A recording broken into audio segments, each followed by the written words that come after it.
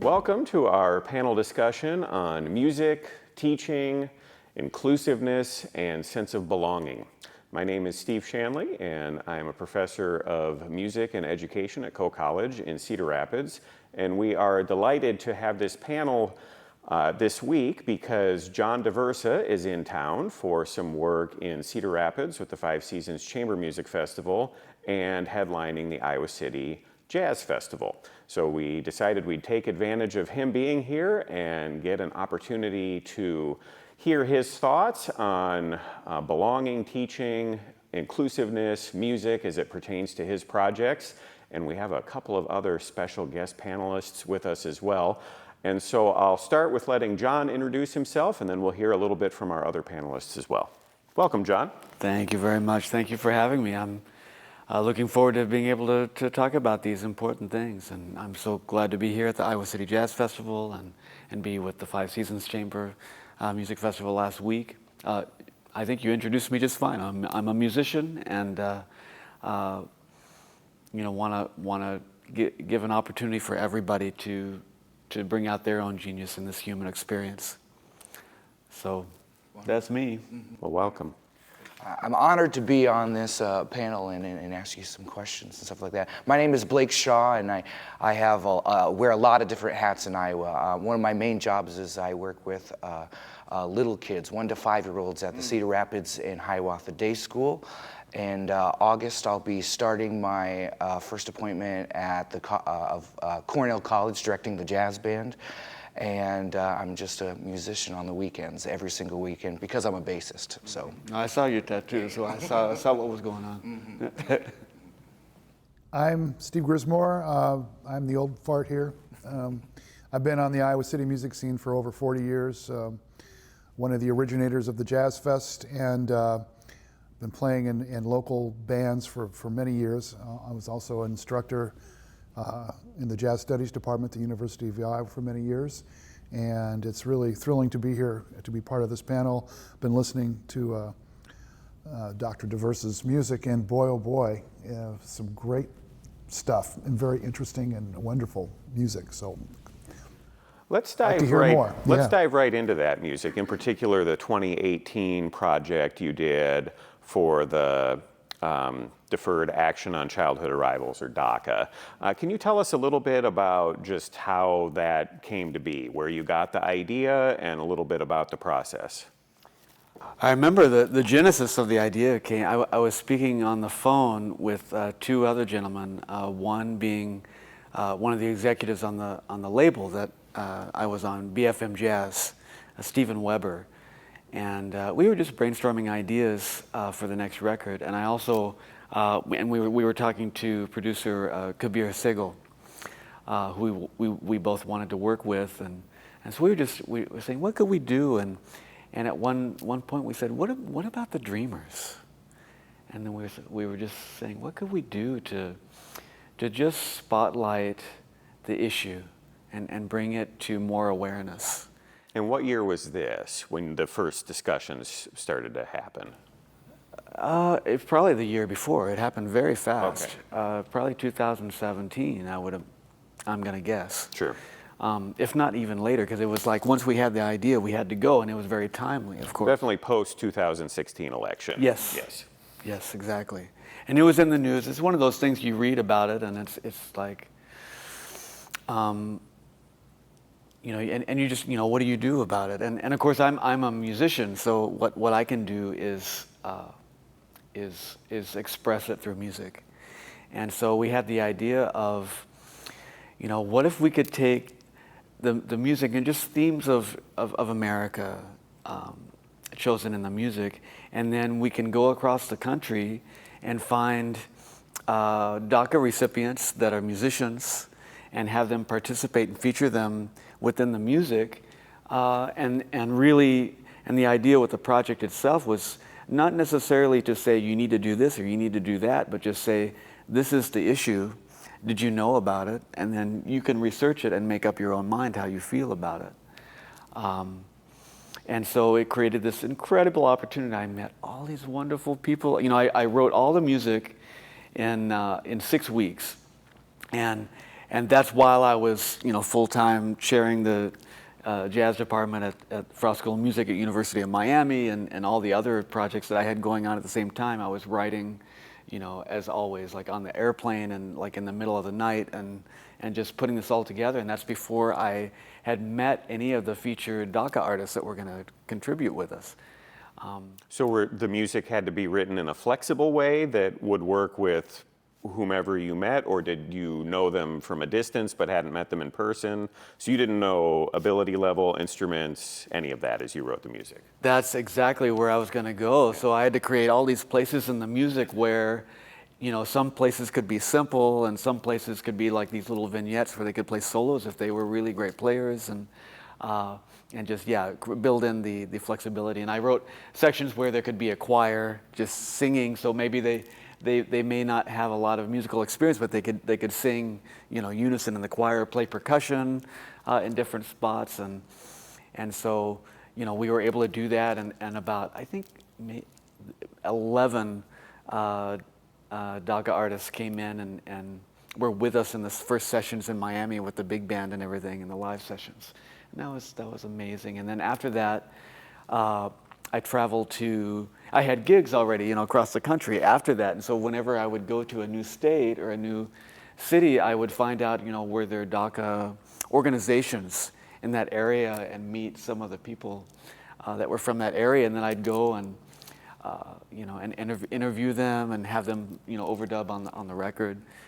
And so I went to 17 different states doing that. And the cool thing about that too was that a lot of times I'd go to an area and I'd tell them what the project was, because I'd have to find a studio and find a place to do it. And they didn't know about DACA. And so it was an opportunity to bring up the issue for them and have them kind of check it out and tell them, these amazing people, their own narrative and their own stories through just what we were doing. So can you talk a little bit more about that, about people who had not heard of this and were learning about it? Do you mean people in the recording studio, or who, maybe do you have an example of someone who had not heard about it and discovered it through this project? I remember playing in what was I doing? I was playing a concert, and it was in Oklahoma, where I grew up. I grew up in a small little town in Ada, Oklahoma, but we were up in Stillwater, I think. And I was looking for a studio, and I was staying at someone's house. Yeah, they were hosting me there, and I was telling them about the issue, and they hadn't heard about it, and so we got to really explore what it is, to imagine, to have the compassion for someone that may have come to this country undocumented as a child.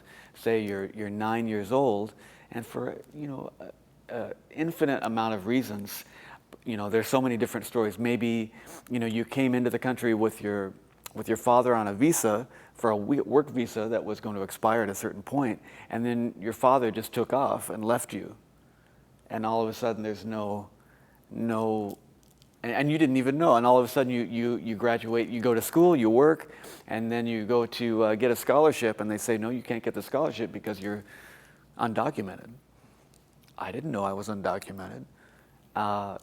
Or you can't get a driver's license. You certainly don't have a path to citizenship. And this is the only place that you really know that all your friends are here, your work is here, your life is here.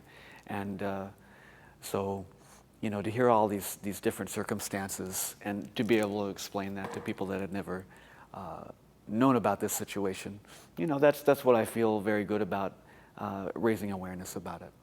And it was such an amazing experience getting to meet all of these beautiful people and to know all their stories. And now, so that was, 5 years ago. And so now many of the people that I've met are doing so well, and they're, like Salvador was the clarinetist on the first track, and he went to the University of Indiana, got his master's, now he's married. He's playing as a professional musician in Indianapolis, and to see him thrive, and many other many other people that I met through the project are doing very well too. It's like your own family grew exponentially, and they're all over the country, and you can kind of take great sort of fatherly joy in watching what they all It does do. kind of feel like that, Yeah. you know? It really does. Yeah. It brings me a lot of joy. Well, Steve Grismore has one of the most impressive record collections I know, and is a very learned performer, artist. I'm curious what some of your first reactions were as you listened to this project. Well, on two different levels, it was kind of the idea of the project was interesting to me, and to hear what the people were saying. You understand this is music going on, but there's this monologue stuff that occurs throughout the recording, which is interesting, which you also do on another CD, which I find interesting what you're doing with that idea, which maybe we could talk about. But that part was very interesting to me in the stories. But then the music, the first thing, I think the first tune, I could be wrong, was the Immigrant Song, and I go, that's Zeppelin. I said, what's going on here? This is, not a per se a jazz record, but potentially. And then all the things you did with some of the Americana tunes and the arrangements with the big band, and I just thought, wow, what a wild, interesting thing. And of course on the other end of that was the quality of what was actually going on.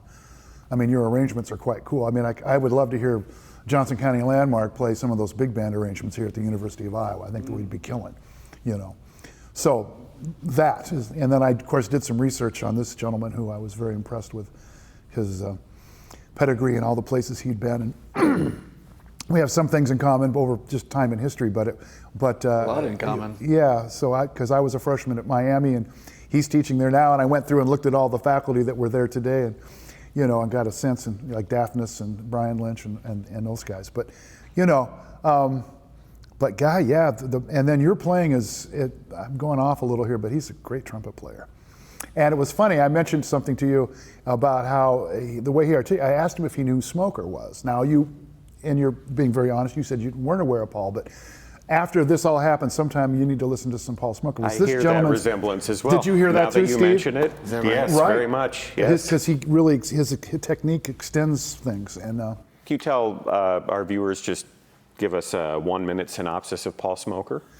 so Paul Smoker, and I mentioned that Orquesta Alto Maíz was this salsa band that played in Iowa back for 26 years. But Paul was an original member of that group. Oh, wow, okay. And but he also was a professor at Coe College. Coe College. And he actually gave me my first teaching job when I first came back from GIT and lived in Iowa City. So he was very important in my life, helping me just this idea of becoming a teacher I hadn't really thought of that much. I saw myself as a performer more than a teacher at that point in time in my life.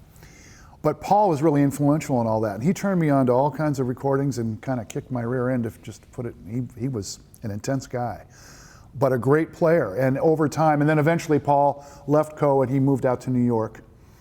And he did a lot of really great projects with he would bring in heavy folks, like he had Henry Threadgill at Coe, the Air Trio, that's what he came. And then Paul got involved with people like Anthony Braxton and various other folks, Ellery Eskell, and a lot of great jazz musicians over the years. And Paul had this, great.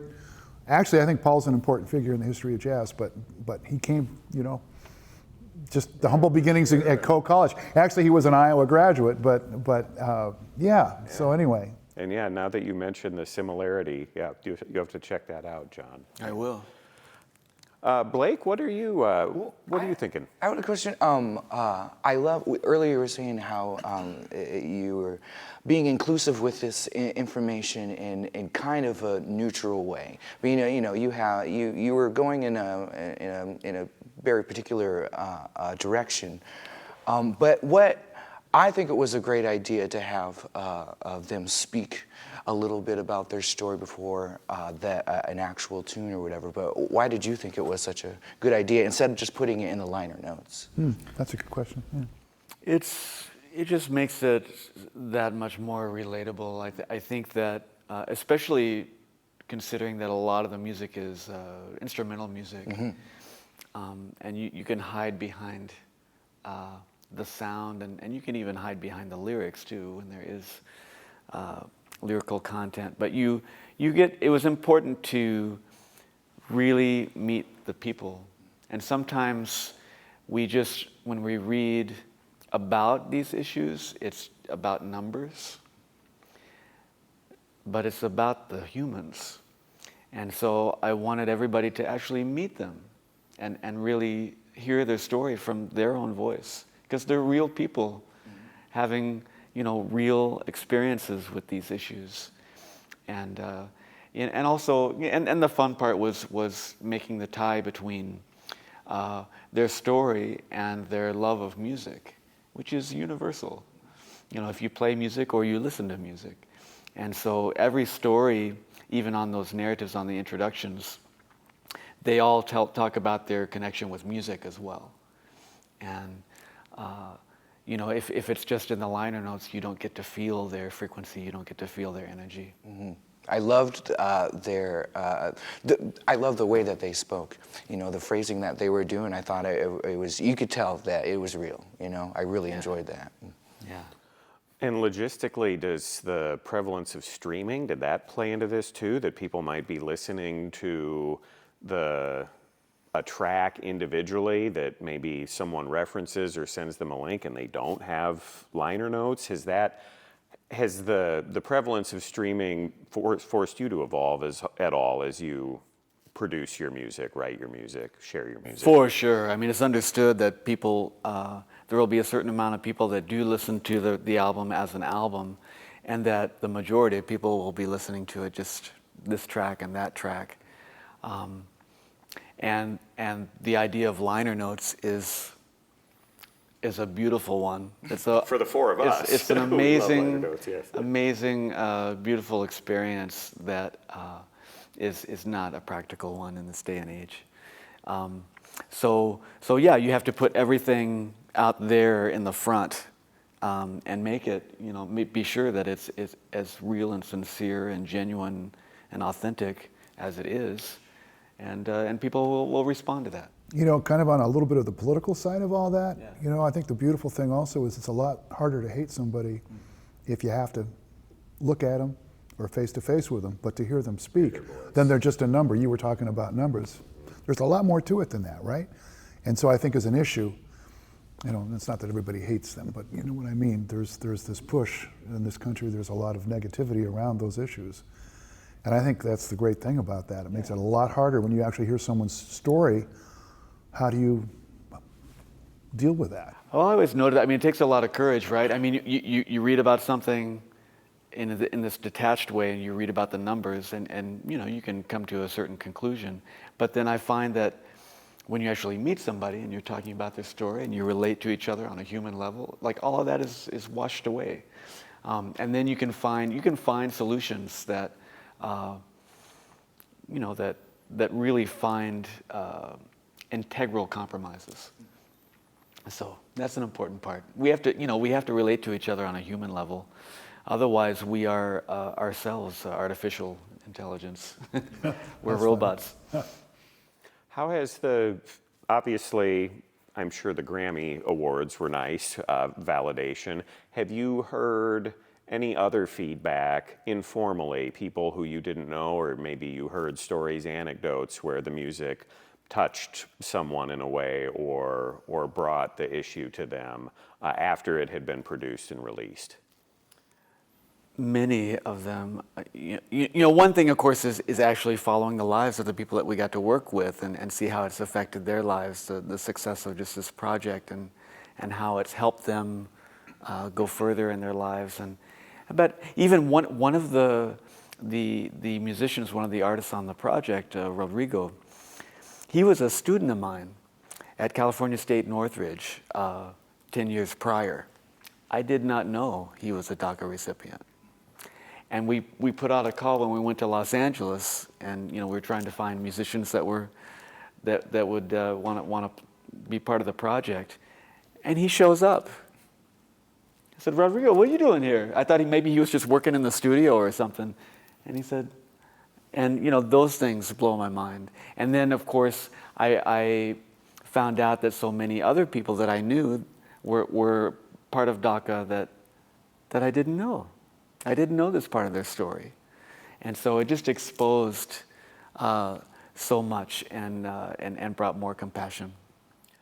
And obviously you can't speak for all of them, but in general, are you noticing still great sense of fear? Is there a little more optimism? Is there, what are you getting there? It's all of that. Yeah. I think it's all of that. I think, you know, it's one of those things where, and I cannot speak, you know, for a whole group of people, but I know that it's frustrating because it feels like you take a step forward and then they'll be put back again. There'll be another disappointment, and that happens so many times that you start to lose hope. And so I think there's always a bit of caution inside any step forward for them until they find a way that they can actually participate in this country the way that everybody else can. They want to be able to vote. They want to be able to work. They want to be able to contribute to the society. And many of them have been able to go past those challenges, and many others haven't. So everybody's on a different place with it. You had mentioned a former student being involved. All four of us here enjoy working with college-age students and younger. I'm curious if you had any involvement. You mentioned in very brief passing that you coordinate the Jazz Studies program at the University of Miami. No small job there in addition to all the other things that you're doing. Were there any current University of Miami students that you had that could get involved with the project and maybe they learned about this for the first time? Can you talk a little bit about that, please? Oh, absolutely. And I learned from them. You know, it was really a collaborative community experience.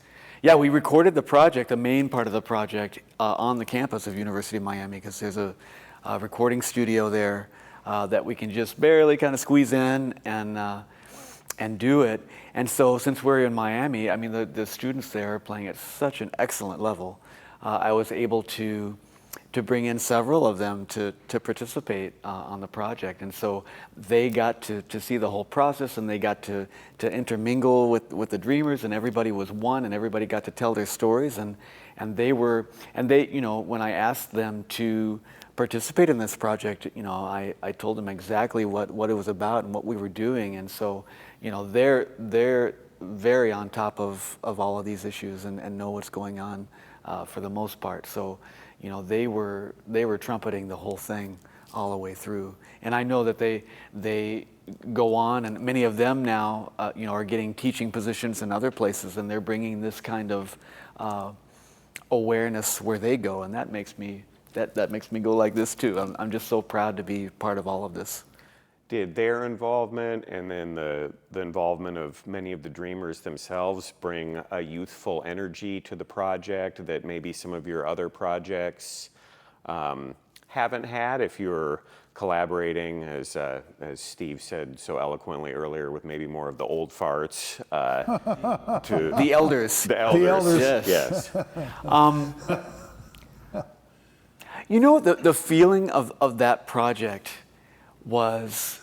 had such a mission to it. It had such a purpose and this warrior spirit to it that I would not think of it as being youthful. Even though, yes, there were a lot of younger human beings involved on the project. This was warrior spirit at any age. Like we're doing this with a mission that it's so much bigger than any one individual. And honestly, when I'm working with a lot of my elder musicians, those are the ones that have a little bit more of the youthful energy because or playful anyway, ironically. Very good. Anything else from either of you two on the DACA project? When, kind of in a composition kind of question, were you rewriting it all when you were in the studio, or was everything already set? You set everybody up to succeed in a way you planned beforehand, or how did that work? Well, I planned as much as I could, you know, and had everything, because it's a lot of people. And of course the arrangements that I wrote are, you know, incredibly intricate and involved.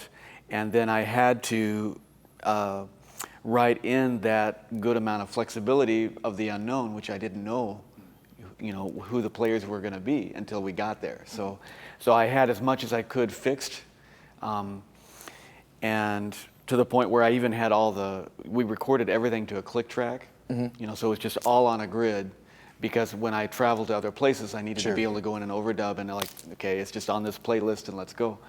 But then once we were there and I met the artists that I had met before, I had to see what they could do. What do you do? What do you? How can I put you in a position where you're going to really be comfortable and show what you can do? So it was a good balance of that, But it was a controlled chaos. Cool. How many recording studios did you end up using? Well, what did I say? I went to 17 different states, so I'm gonna ballpark, 20 different studios across the way. But most of those were just little, one person doing an overdub. The main stuff was done in Miami. Yeah. Can I ask, tying into that, so just to understand, did you have all the tracks kind of laid out, ready to go, and then you dropped the DACA Yeah. people in both the interviews and the music, and then they fit what they were doing within a certain parameter of what you had created? That's right. Okay. Yeah. Like I said, I wrote all the music in 6 weeks, orchestrated, boom, boom, boom. And then I created a temp track so that everybody could hear what it's going to sound like and study it. So we were already, at least there was some form of familiarity with this music before we got into it. And so, and everything was on a click and with the temp tracks on there. And then we played over the temp tracks in the studio. So would you drop a finale track into Pro Tools or something? Basically, yeah. Yeah. And but also, put some live stuff on there too, Sure. to make it as organic as possible, so they could really hear what the flavor is. Interesting process, yeah. Yeah, and then of course everything was played live, because that's really important for me. We didn't overdub this and then overdub that. I mean, everything was played live. Oh, man. Maybe in sections in places, but it was played live. And all the improvisations are live. I mean, there's even that part on Don't Fence Me In. Don't Fence Me In, yeah. Which was a free thing, right? And we singing play on the it, tune, yeah. and then I play an open free jazz solo, and there's a moment where I just start playing kind of these blues riffs, and then everybody just starts answering call and response with it, and it's all out of time, and you have to do that live.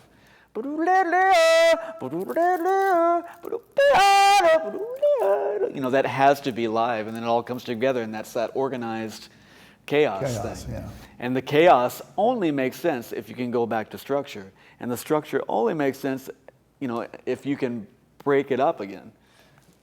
Like, I don't know if you know what cymatics is. Mm-hmm. It's I'm familiar. Yeah, so it's like if you put a speaker on the floor and then put a metal plate above it and put some rice or even water on top of it. But let's say you put rice on it and you play a sine wave, boo, like that, and then at certain frequencies, like at A equals 440, the rice is in chaos. It's just like shaking. And if you drop it to 432, it forms this perfect symmetrical mandala. And then there are just certain frequencies where it's chaos and structure and chaos and structure and chaos and structure. And that's, the concept that I work with all the time. You got to break it up to come to the next level again. Do you have, I'm sure they're all special, but was there one particularly surprising guest artist where they ended up playing just, so beyond what you would have predicted? Or like, was there something that you walked away and thought, well, I definitely didn't wake up and anticipate that was going to happen today? Yes, of course. I mean, so the first ones that come to my mind, I'll mention two. One is Daisy, who came in from Texas, and she actually, I was telling one of the office managers at University of Miami what the project that we're doing, because she saw all the people, and she said, I have a friend that lives in Texas, and she's a really good singer. I said, have her sing something on her phone and send it to me, and let's get her out here, you know. And she sang something on her phone, and she was beautiful voice. So she came out and she sang Deportee, you know, and Deportee, of course, you know, is a poem. And it was about, you know, the plane that crashed in Northern California, and everyone died on the plane wreck. And they were immigrant workers from Mexico that were working the fields, and they were flying them back to Mexico. And then in the newspaper the next day, they talked about the wreck, and they mentioned I think this is right, they mentioned you know, the pilots and the people that were working the flight, and also the deportees. That's what they, yeah. You know, it's like heavy stuff. And so she sang this long orchestral or arrangement that I did, because it has like 6 verses or something, and I had to, you know, you had to get every verse in. But she was really emotional singing this, you know, and it was really hard to get through the last verse. And I remember, you know, we had to stop and just give it some time and kind of talk through it and just let the time pass and then trying to do it again.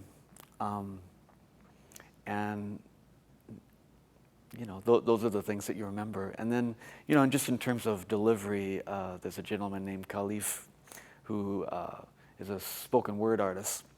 He's rapping on Immigrant Song, and he came in full of fire. He's absolutely brilliant, and he came in, met him. My name's Khalif, John DeVersa, pleasure. Let's do this. He heard the track, you know, the basic track that we wrote. He went outside, and I saw him pace in a circle for maybe 20, 30 minutes, like this. And it was, you know, just like, and it was like seeing this All in his download. head, not writing anything. Oh yeah, It was- all in his head. Yeah. And it's like seeing this download come down to his brain. And then he said, "Okay, John, I'm ready." He came in and did what's on the record. First take. Yeah. Yeah. Yeah. It's like, okay, that was unexpected. That was high level downloading going on.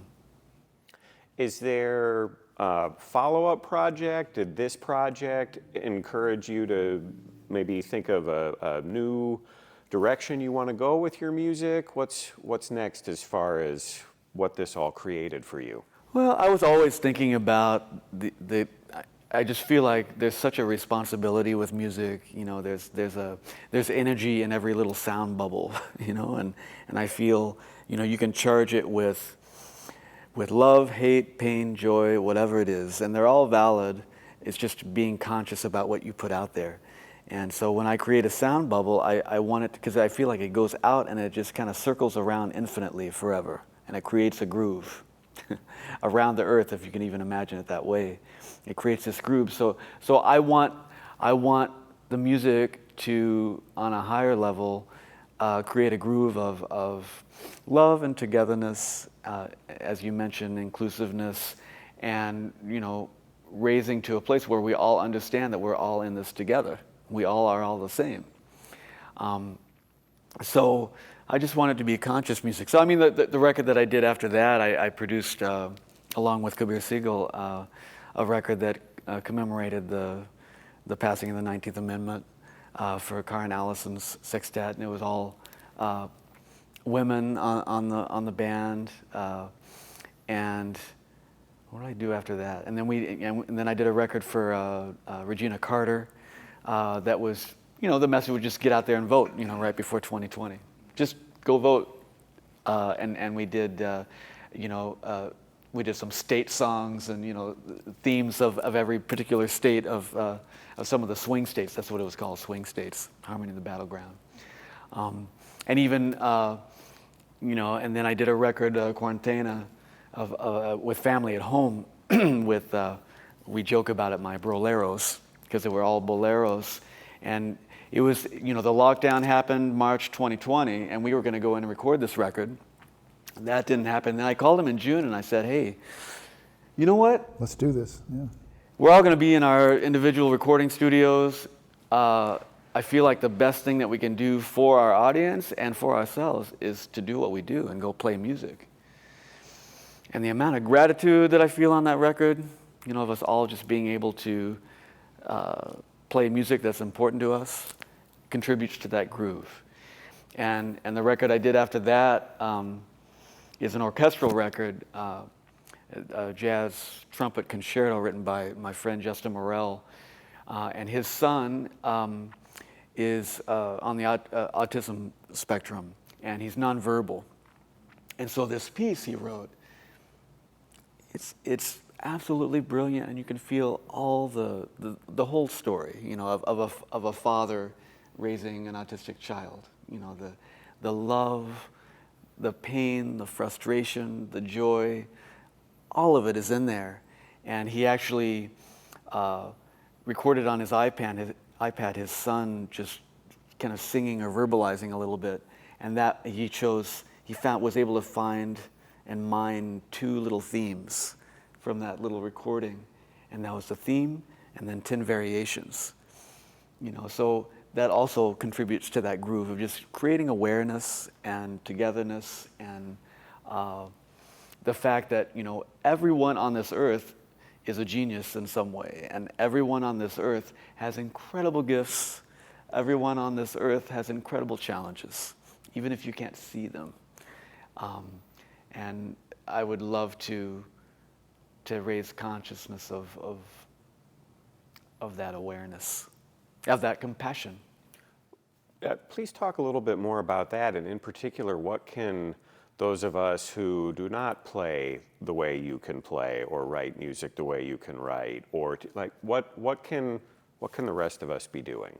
What do you want to use your platform to encourage people to do to make this a more inclusive place and welcoming of all?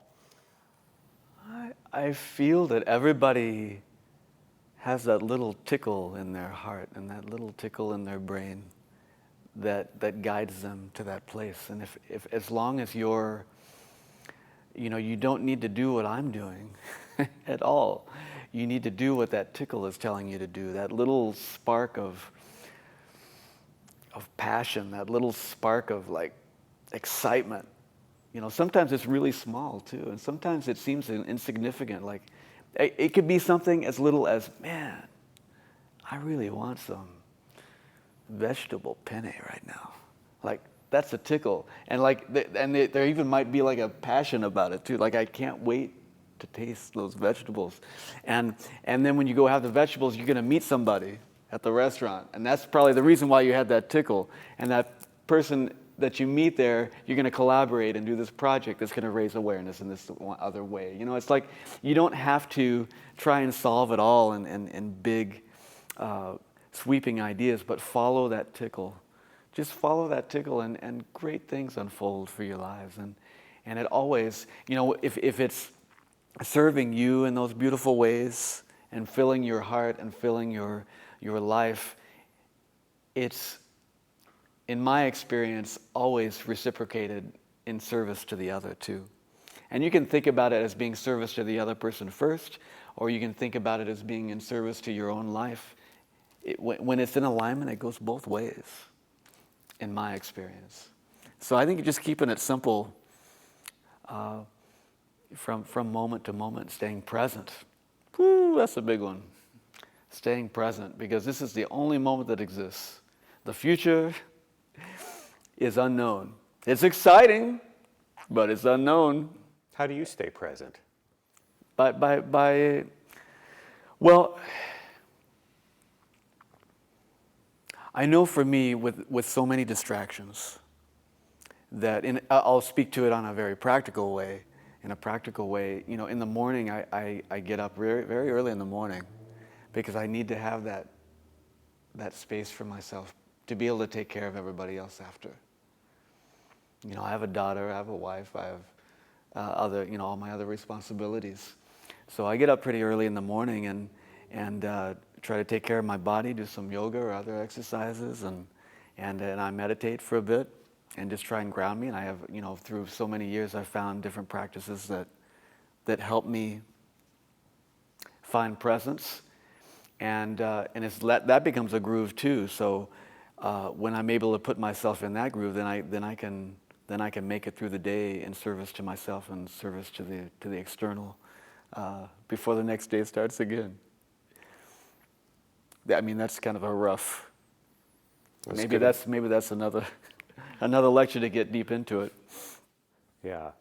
I'm going to guess that you two might be curious about the Bolero project and recording that during the quarantine where you could not all be together, especially music where we're relying on oftentimes in person.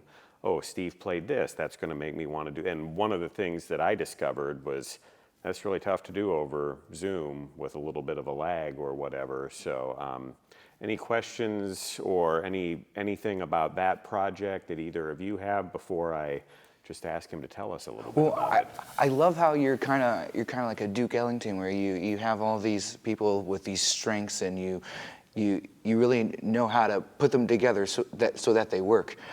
How do you convince those people that their strengths are going to work in this way, especially for a project like that where you are doing everything remote? Well, we didn't do it remote. We actually went in the studio and did it. Okay. Yeah, but we were in our isolated rooms doing it. So this person goes in, you close the door, and then, like that whole thing. Otherwise, I mean, that music is so interactive, and we didn't quite have the technology to be able to play live but remote. So no, that was we were all in the same building. We were all in the same building. Isolation booths. Yes. And, yeah, you could headphone it out and go. Yeah. Exactly. Could you see each other? Sometimes in some not. cases, I was literally in a closet with no windows. Now this wasn't at the University of Miami. It was. It was. Yeah. I talked to everybody, like all the administrators. And I said, we want to do this, and I think we can do it in a safe way if we follow these parameters. And everybody was like, yeah, you got to do it. So then you come out of the sessions and put your masks on and head out. I mean, right? Yeah. I guess I was the only one that I was playing. You had but to everybody take else off was to play, masks. of course. Yeah. Everybody else was masked. Yeah. My only comment to that process, or at that time, was my last year of teaching. I've been retired for one whole year. Blake is kind of aware of this stuff too, because he knows all the guys and gals that are in school at Iowa. But that year under COVID, trying to teach when we actually were trying to have ensembles. Oh. I mean, we had to wear masks for the rhythm section. You could be 6 feet apart. And then in our rooms, they measured, it was 12 feet apart for the big bands. The big band numbers were limited to 15. So we sometimes had 1 or 2 less people than we wanted. Just the whole process. And then we could only rehearse for a half an hour. And then we had to take a half hour off to clean the room. And then we would go back into the room. And just the whole thing we went through for a year and a half, I guess, as teachers in this. Maybe you could even comment on that at Miami, how you guys managed that. But that was a trip. Same situation. It was just hard. It was very difficult, and it was emotionally exhausting. And I have to say, in the spring of 21 or whatever, I guess, I had is that right? I had a sabbatical. That was the end of the first full year of COVID, right? Yeah, so and then you had end of 20, and then we started fall of 2020, and we were doing all of that. And then, so spring 21, I was on sabbatical. And so I was kind of like this, and all of my faculty members were in it. And I came back. I laugh sadistically, I came back in May to just have a wrap-up faculty meeting on Zoom, and oh man, everybody was just so exhausted. Yeah. So exhausted. I've never seen these are like high energy, we're gonna get it done. They were done. And the students, but the feeling that I had from the students and the faculty, but I'll just speak about the students, the amount of gratitude that they felt. It was hard. I think we're going to feel the effects of that for many, many years. But they understood that everybody was doing their best. Students were doing the best. The faculty was doing their best, the administrators were doing their best in this situation, and the gratitude they had to just be working on their own mission, to be working on the music that they love so much, even in that capacity, when that could be taken away from them too.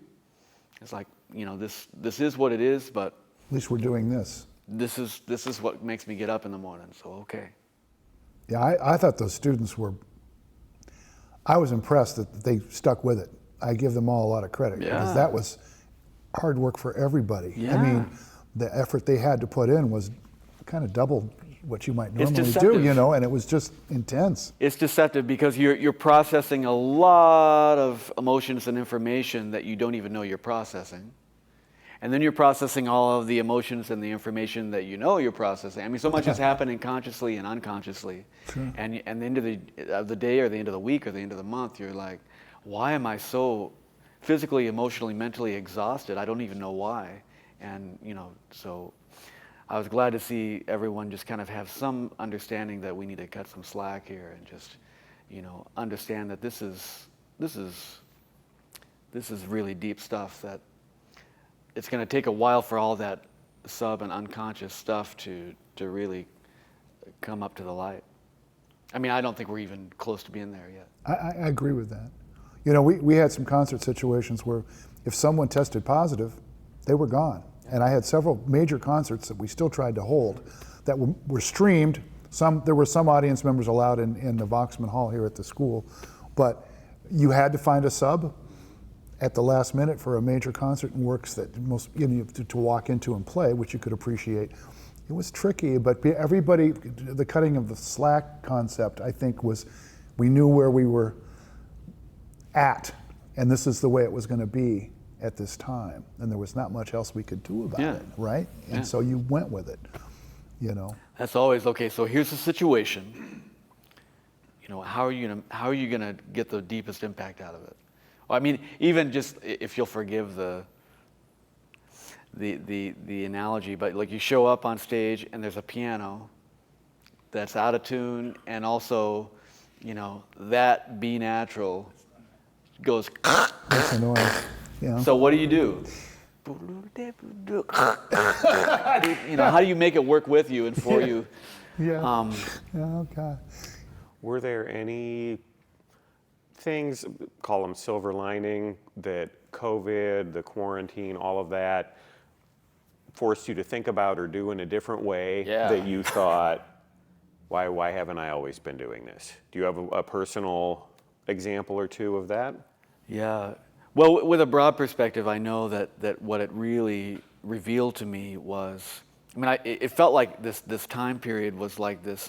I almost have this image in my head of a big conveyor belt, or like going to the end of the waterfall, and no one can escape it. Everyone's going to have to take this ride. You can try and run whatever, but it's futile. Everybody's going to take this thing.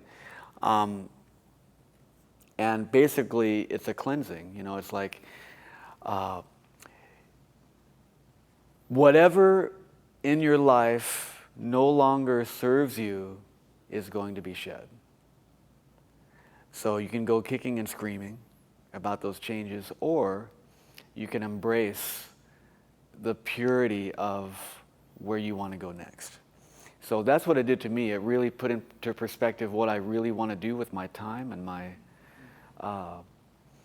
efforts, and Musically or everything? everything. Yeah. Everything. And music is everything, and everything is music is all the same for me. It's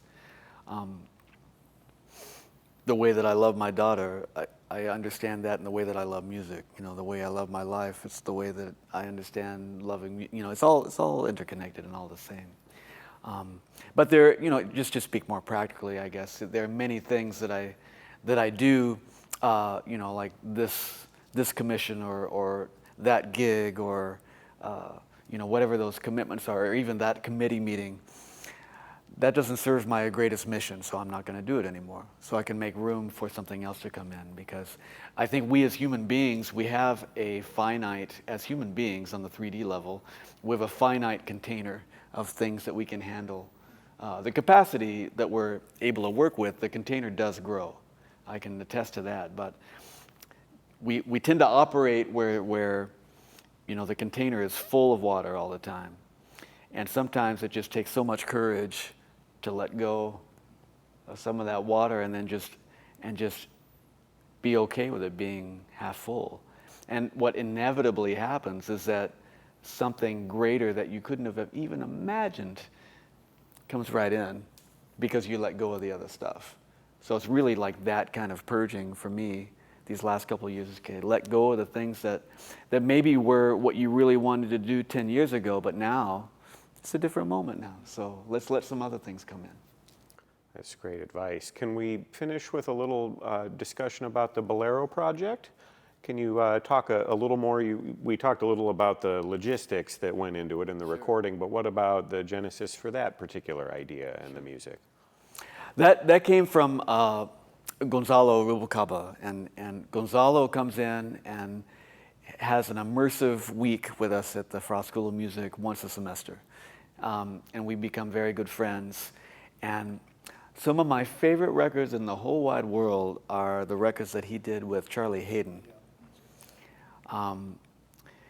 And they're just with Ignacio Berroa is on there, and Joe Lovano plays on there, and they're so beautiful. Beauty. And every little nuance, every touch has a purpose. And so I was peppering him with questions about those records, and I was telling him, tell me about the origin of the bolero, and what is it? It's just a boom, boom, boom, boom, boom, boom. Is that all that really specifies what a bolero is? And he said, John, and he speaks so he speaks the way that he plays, which I love. You have to lean in a little bit, and there's space between every word, and there's thought and intention behind everything, But he was telling me it's a ballad, the bolero is a ballad. And we were talking about how in so many cultures, Spain, Mexico, Cuba, the ballad, these boleros were so unifying for families, because you would have dinner together as a family, and what do you do after dinner? You go into the parlor and play some of these boleros together with the violin and some percussion instrument. Maybe somebody has some sort of a guitar, and simple melodies, and that's how the family bonds together. And I was like, yeah, that's how my family was.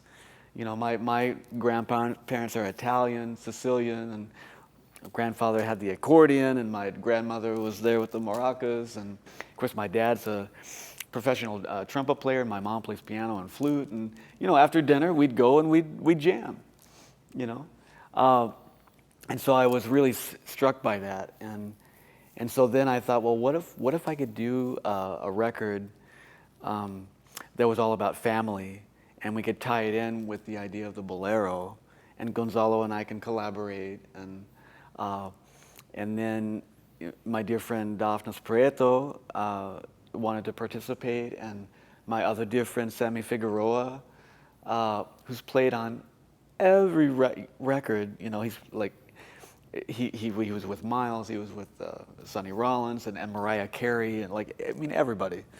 And he's so much fun to be with, and Carlo De Rosa, who was down in Miami at that time. I had to use all Miami musicians because everybody was just home. And so that was another project, actually, also where there's no rehearsal. When, how, and where, we're not going to rehearse. Yet, when I do a project, it's not going to be just going in and play tunes. So I actually I did these temp tracks, so everything's on click, and I got the arrangements exactly how I wanted them. Every key change, every tempo, there's a lot of tempo changes throughout the record, and key changes, and all these little subtleties. And I actually played the drum part, at home with my little snare drum, And I said, Daphnis, forgive me, but I just want to give you, like kind of what I'm thinking, and a little percussion part, and I played the piano, and I played the bass, and I played the trumpet. And I sent these out to them, and they studied the music, and I gave them like a paragraph description about what every song was about. There's one song that's about my grandparents, how they met in San Francisco working in the canneries, and there's one song that's about my, a great uncle, I guess, Sergeant York, who fought in the war, and Alvin York, and all these different family members, and my wife and my daughter, and my daughter said, you're writing all these songs about all these family members, but what about our dogs? I said, you're right, Dogs Hada. are family You're too. right. Yeah. And so, I have pupitas on there, which we, always call them pupitas, and yeah. Sergeant York, World War I? Yes, sir. Okay. Yeah. Interesting. You guys know about him? It's a very famous. Anyway. I do not. Yeah, it's a Yeah, famous movie my- about that. Yeah, that's right. Yeah. On my mom's side of the family. And then I've also got 3 songs that my dad wrote. And I grew up listening to those songs 30 years ago. So it was just an honor to get to play them and rearrange them and re-envision them and put them on this record. And there's one song that my grandfather wrote that I just remember it in my head. We couldn't find it written down anywhere. I just remember him playing it on the accordion. And then another song that my mom's dad, my other grandfather, had written. So it was kind of a cathartic exploration and get to play with these dear friends. They became friends of mine through the project because it was just such a bonding experience. And so that's why we call ourselves the Broleros. Broleros, I love it, yes. And what's the reaction been to this? Are you hearing from listeners? What are you? It's actually, Quarantena has been this slow. I thought when it went out there, I was like, I was disappointed because it didn't seem like there was a lot of feedback. But it was just the time period that it went out in. And actually, I was at the festival last night, and I saw a couple folks, and they said, are you John DeVersa? And I said, yeah. And they said, oh, we love your the Quarantena record. And I'm getting that a little bit more now. I think it's been kind of this slow, steady, kind of like Gonzalo Rubalcaba, spreading the word. So that feels really good, because it's a really special album to us, and to feel it come back. It's like your babies go out, and to know that your children are doing well feels good. There's a record, I want to know something about this, because I've been doing this for a long time. I heard, and so I know who Scott Kinsey is, and of course, Haslip. So the Arc Trio record, what is that record? You did the music of M.S.M. Schmidt. Can you just give me a minute about that? Yeah, it's really not my project, that thing. But you did a lot of the arranging of music, okay, right? So it's Jimmy Haslip's project. It is, okay. He produced it, and Michael Schmidt is he's a doctor in Germany, and he writes music, and he doesn't really play, and he's kind of a what's the word? I mean, a fan of mine, right? So he wanted to have me on this record, and then the Arc Trio is Giorgio and Jimmy and Scott. Scott Kinsey's and it's like high-end, super sciencey, very testosterone-driven fusion. Man, it's like oh my God, it's like this kind of thing. So Jimmy says, hey, would you write some horn parts to this thing that I did?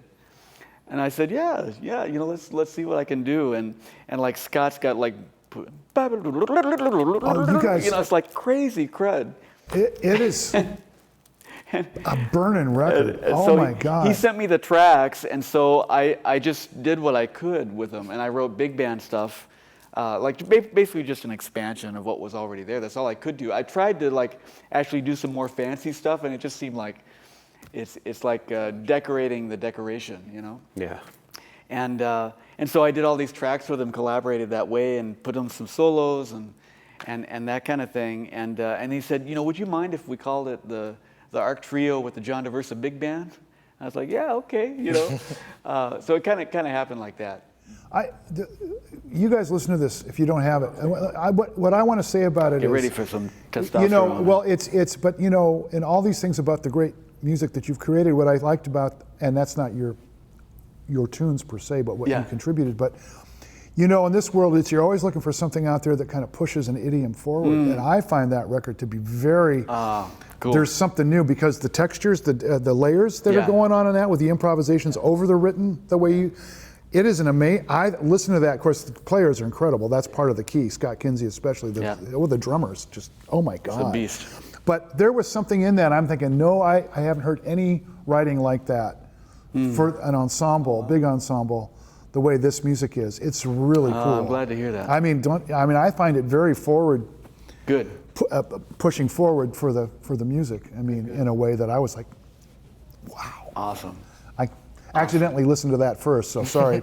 No. But then I listened to all the other things that you've done, which are wonderful. But I just Jimmy's you know, that was a woo.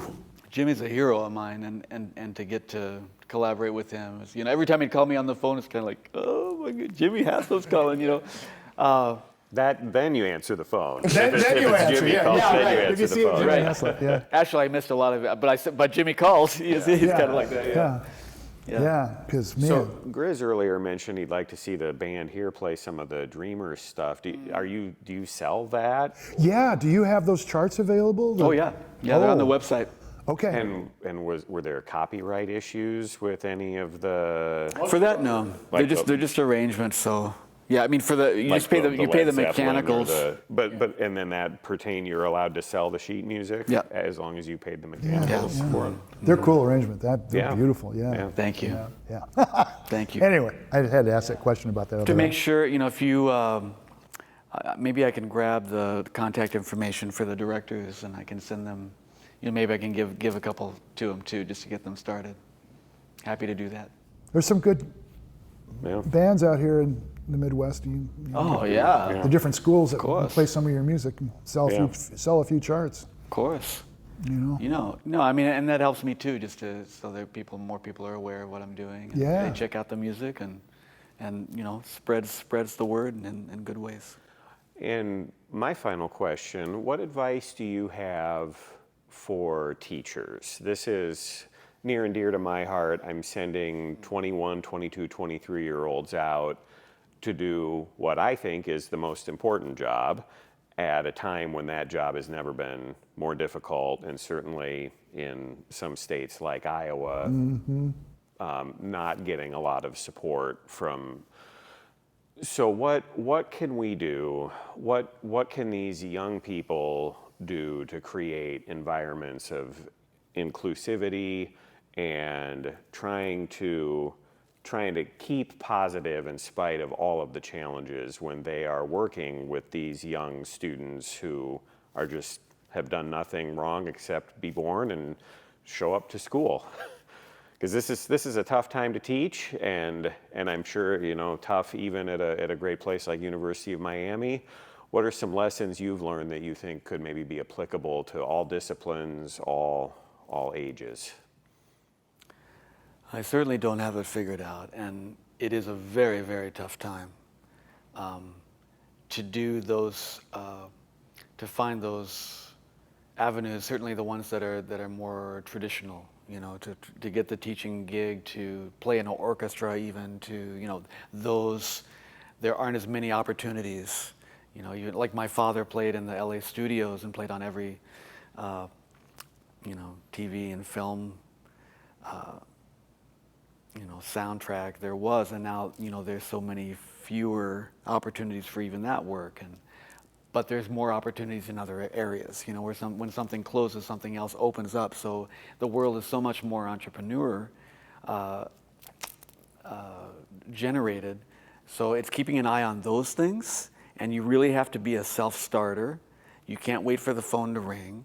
You can't wait for the institution to tell you how to do something. You can't wait for an organization to define something for you. I think it's really a time to be looking at how you can create things here and then let it go out. I don't want to go too much further into that, but I mean, and then if you want to be in a place where there is a lot of competition, then you just have to be a total badass. I mean, it's just as simple as that. That Like helps. you have to stick out and find out, but I mean, it is kind of simple because all you have to do is find that tickle that I was talking about before. Find that thing that lights you up like nobody else, and just with no fear, go at it. Go at it until the tickle's not there, and the only reason that tickle's not going to be there anymore is because there's a tickle somewhere else, and then you follow that. And if you're doing that with your highest excitement, highest passion, you're going to be a badass. And it's not just following that tickle, then it's doing the work too, to develop the skills to express that tickle here on this plane. It's really like that. And it may be in an institution, it may be not in an institution. But to make it really simple, it's not listening to all the noise that's out there happening all the time, because that's just going to allow you to hear a lot of noise. You have to really understand yourself and know what makes yourself tick and know what turns you on. Whatever turns you on is going to turn on the rest of the world. It's just that. And just expect the unexpected. Whatever you have in mind for yourself, go at it with everything you can, and don't expect any of it to happen. It's going to unfold in ways that are even greater. Can't think of a better way to wrap up our discussion than those words from John DeVersa. Thank you so much for being here. We always love having you here in Iowa. Don't be a stranger. Come back. Thanks again to Blake Shaw and Steve Grismore. Yes. I'm Steve Shanley. Thank you for joining us today.